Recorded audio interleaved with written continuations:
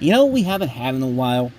An episode where Homer and Marge's relationship is on the rocks. Let's break that by presenting you episode 33 of the show, the 20th of season 2, The War of the Simpsons, first broadcasted on May 2nd, 1991, and written by John Schwartzwelder and directed by Mark Kirkland. And in this episode, Homer gets drunk at a party, and Marge decides to sign them up for a marriage counseling retreat.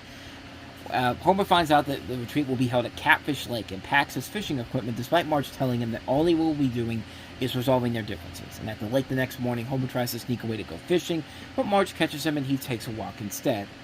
On the dock, Homer finds an abandoned fishing pole. The pole, with the legendary catfish named General Sherman on the line, yanks him off the pier into a small rowboat and onto the lake.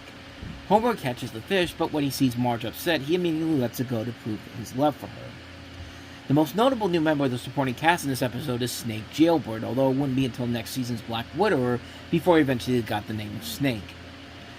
And surprisingly, like with Some Enchanted Evening from the previous season, it's noteworthy for its troubling production.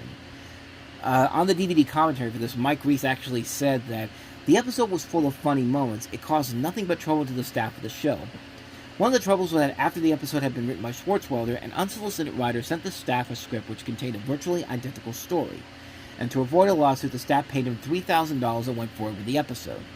Materials cut from the episode script included many couples who were supposed to be at the retreat, including the Flanders family, instead of the Flanders family, such as Mr. Burns and his mail-order bride, and Mrs. Krabappel trying to reunite with her estranged husband, Ken Krabappel. Reese said that the scene played out horribly badly, and as it appears that if Mr. Burns' mail-order bride was a prostitute.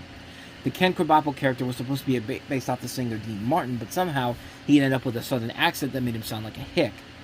The whole scene was rewritten with help from producer James L. Brooks because, he could tap into this type of stuff. This is an Academy Award-winning writer and director of stuff like broadcast news and Terms of Endearment, and they completed it within several hours. There was also a scene where Moe asked Dr. Hibbert to cure his discolored feces, which was also removed during the first reading of the script after a complaint by Brooks. Series creator Matt Groening later expressed an objection to the ending where you see General Sherman jumping out of the water and looking at the camera, believing it to be overly cartoony.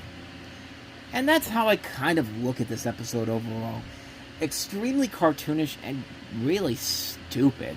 And this is one of the first really bad Simpsons episodes from the early years for a number of reasons. Some of the stuff of it can be funny, but the majority of the episode overall is kind of a snooze fest.